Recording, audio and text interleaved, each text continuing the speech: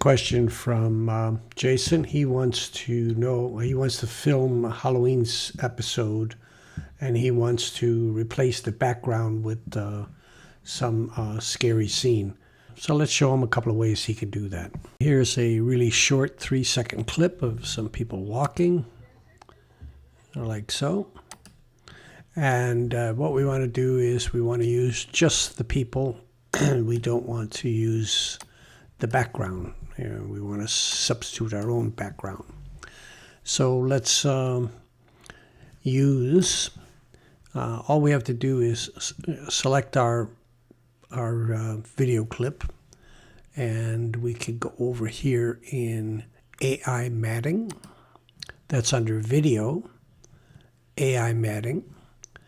And then we can chroma key. If you had a true green screen background, one would just turn on chroma key and one would select the color that one wanted to replace. And you can see in this case we replaced the blue. But it does require a solid color that's different than all the other colors. So that would be one way to do it. What I'm suggesting is either the AI portrait cutout or the smart cutout. In the smart cutout, we would actually select what it is that we want to highlight. Let's say we have multiple characters, but we only want to do one of them. We would probably do smart cutout. But if we only have one character, or if we want all of the characters, then the AI portrait cutout is probably better. And you can see that it's processing, and here it is automatically. Now the key to this, however, on a video clip is to actually do nothing. I was thinking you were going to have to apply it to the rest of the rest of the clip, but I guess you don't. You just do that, and it processes the whole clip. You will notice that there are probably some little effects here and there that you may have to go in and correct, but basically that's it.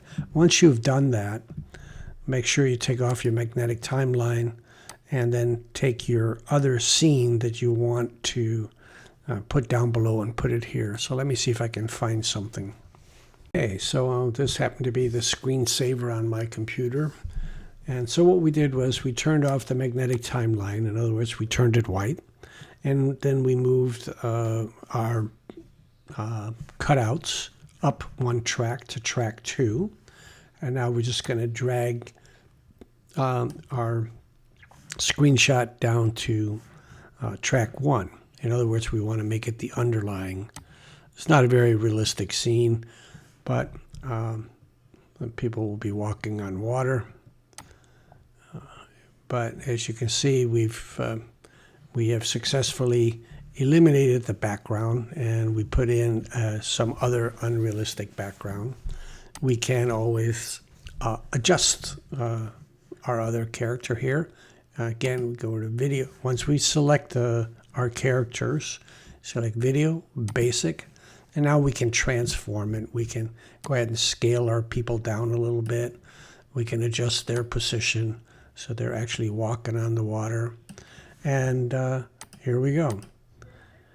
So this is how you would do it. Let's just review the steps. We put the people we wanted down onto the timeline. We used AI matting, once with them selected, video, AI matting, and then we selected AI portrait cutout. That was one option. We don't need to use any of these special effects. There's 4 of them that you would have to pay extra for, but here's a couple that you don't. In case you want to put a white outline on them, you can do that. They have these other effects. They would cost you more, or I don't know, whatever this is, a purple outline. I guess that's more Halloweenish, so you could do that. If you did apply those effects, you could then go ahead and make it more, make it less. Opacity allows you to kind of like fade it in and out. Unfortunately, there are no keyframe steps here, so we can't vary that. You could change the color to any color that you wanted. This is a good way of smoothing out the edges, so to speak. So anyway, that you can do that. Now, if we were to take that one out, and we're just going back to our basic picture here, and let's just say we only wanted one character, we could choose the Smart Cutout option. And in this case, what we do, and I'm just going to go ahead and go back here and restore the full size of the picture here. And we're just going to take one character. And let's go back to the AI matting. And in this case, we're going to use the Smart Cutout. And you have a Smart Brush and a Smart Eraser. So we'll go ahead and we're using the Smart Brush. That means that we're selecting something. And in this instance, what we're going to do is we're just simply going to select this person. Now, the smart portion of this means that you don't have to be exact. You do have to cover kind of like smaller parts of them. And we'll do this. You can see we didn't end up selecting the hand. So if we change the size of the brush here to something smaller, now we can go ahead and select that. And it did select that. Unfortunately, we've selected too much. So then the eraser portion of it is here. Now I think I need to increase the size of the brush again here a little bit. One could then deselect those things that have been selected too much. And now we can go ahead and do the apply, and it's processing. Now this is different in the newer versions of Filmora, that it will actually apply it to the entire clip. In the older versions, you had to go into the advanced mode and then hit apply forward or backwards. I have a different tutorial video on how to do that. I'll add the link in the description. Let's just see if we can get this selected. And as you can see, we now have one. And it has been applied to the entire clip. It is much better than the old, but here it's still, you can see we lost the hand here. So one would have to go in here and kind of fix that with the Smart Brush and just kind of select that. Yeah, okay. And this. Now, when we hit the apply, of course I didn't want that.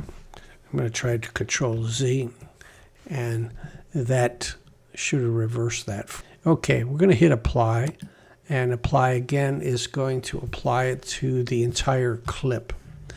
And as I was saying, in the older versions of Filmora for this, there would be a button up that would say advanced. You would click that, and in the advanced mode you would get a separate pop-up, and in there you could go in and add or erase things as needed. I can see now here while it's processing that we didn't select the rest of the jacket here, but this is just for demonstration purposes, so we don't need to get so exact. But the Smart Cutout essentially requires a little more work. You select a frame, and then it is then added to the rest of the clip.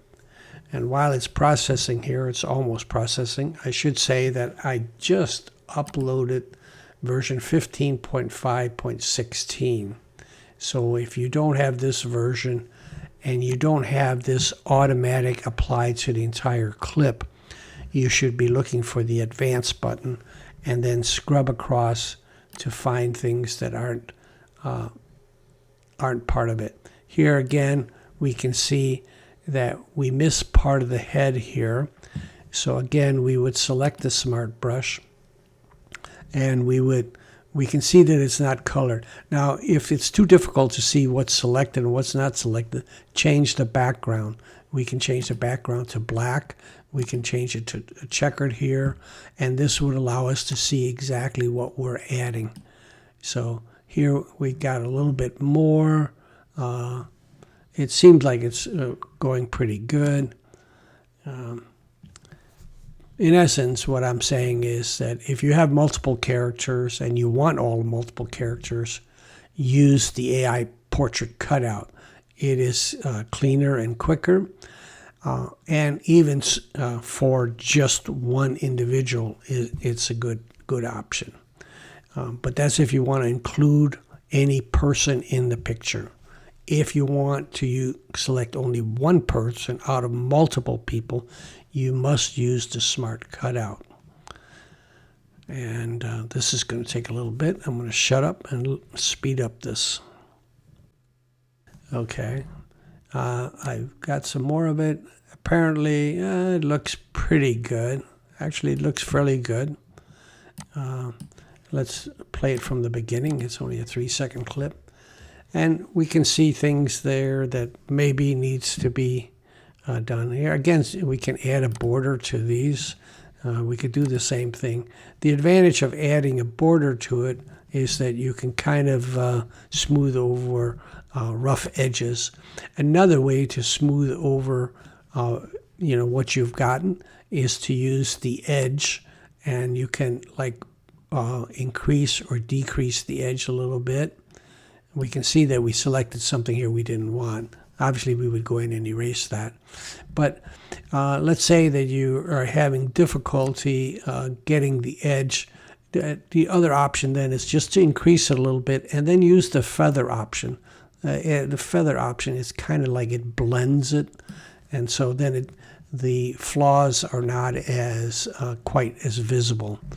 And then again, totally go in here and use. It looks like they don't have too many free ones in here. But I don't know if you can I guess you can make somebody look like a ghost or whatever. But there is 2 free ones here. There's, again, the purple one that we were playing with before. You could also use that.